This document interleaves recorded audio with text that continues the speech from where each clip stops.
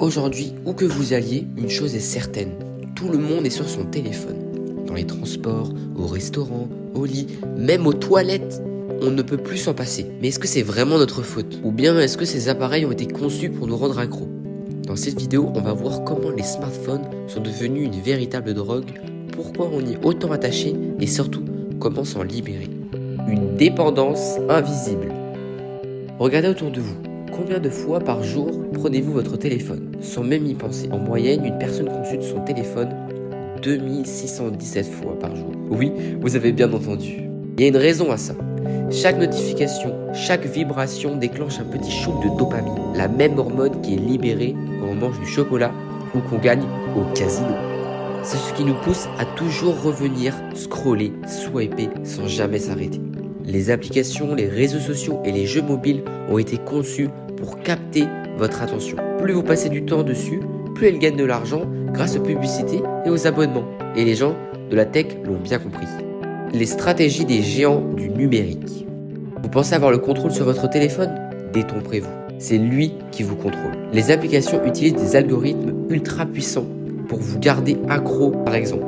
Le scroll infini sur TikTok, Instagram ou YouTube Short, il n'y a pas de fin.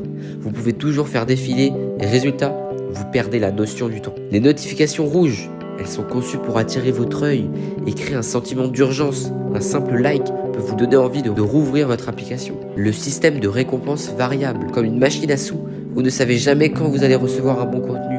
Du coup, vous continuez à scroller encore et encore. Le but est clair, vous gardez le plus longtemps possible sur votre téléphone.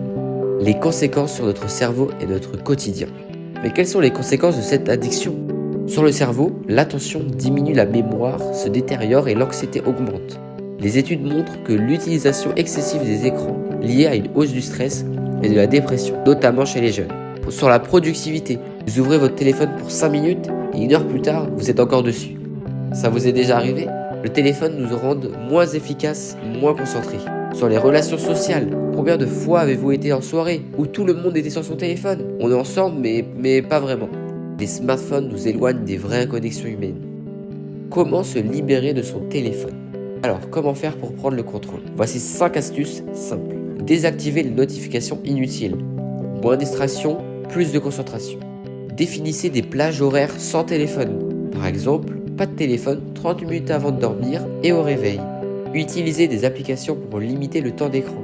Des apps comme Forest ou Digital Wellbeing peuvent vous aider à réduire votre temps d'utilisation. Passez en mode noir et blanc.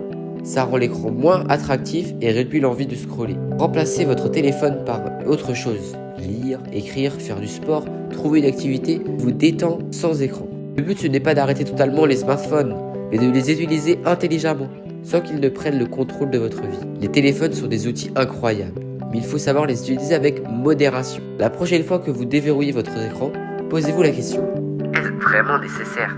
Dites-moi en commentaire combien de temps vous passez sur votre téléphone chaque jour, et si vous êtes déjà essayé de réduire votre temps d'écran. Si cette vidéo vous a plu, n'oubliez pas de liker, de vous abonner et d'activer la cloche pour ne rien manquer. A bientôt pour une prochaine vidéo, loin des écrans.